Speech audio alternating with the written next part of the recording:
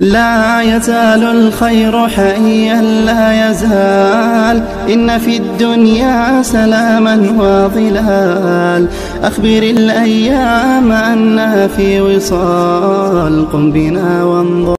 الحمد لله وكفى وسلام على عباده الذين اصطفى اما بعد.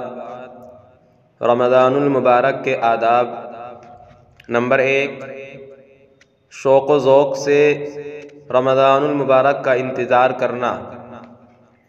آپ صلی اللہ علیہ وسلم نے ارشاد فرمایا، اے اللہ ہمارے لیے رجب اور شعبان میں برکت نصیب فرما اور ہمیں رمضان سے ہمکنار فرما. مسند بزار. نمبر 2، رمضان کے خاطر شعبان کے چاند کو شمار کرنا.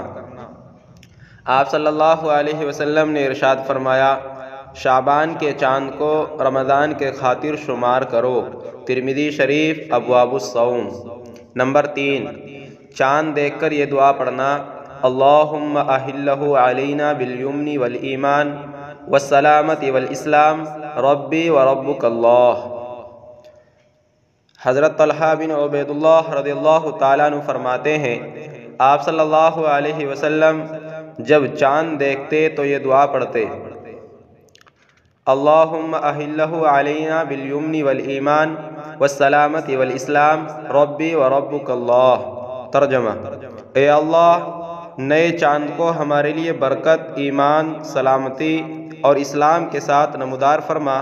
اے چاند میرا اور تیرا پروردگار اللہ ہے. ترمذی شریف ابواب الدعوات. نمبر 4، اپنے ماتحتوں کے ساتھ نہایت نرمی اور مزید شفقت کا سلوک کرنا.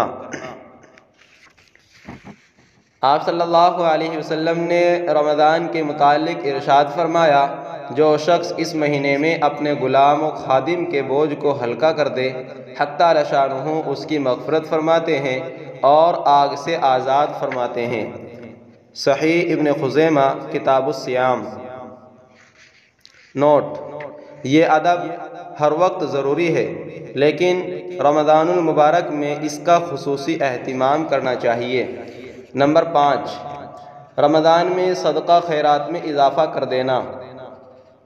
حضرت عبداللہ ابن عباس رضی اللہ تعالیٰ عنہ فرماتے ہیں، آپ صلی اللہ علیہ وسلم لوگوں میں سب سے زیادہ سخی تھے اور آپ رمضان میں اس وقت بہت زیادہ سخی ہو جاتے جب آپ سے حضرت جبرائیل علیہ السلام ملاقات کرتے، اور جب حضرت جبرائیل علیہ السلام آپ سے ملتے تو آپ تیز چلنے والی ہوا سے بھی زیادہ سخاوت فرماتے.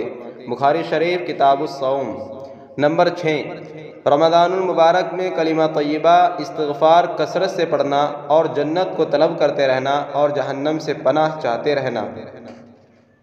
آپ صلی اللہ علیہ وسلم نے رمضان کے متعلق ارشاد فرمایا، اور 4 چیزوں کی اس میں کثرت رکھا کرو، کلمہ طیبہ اور استغفار کی کثرت کرو، جنت کی طلب کرو اور آگ سے پناہ مانگو.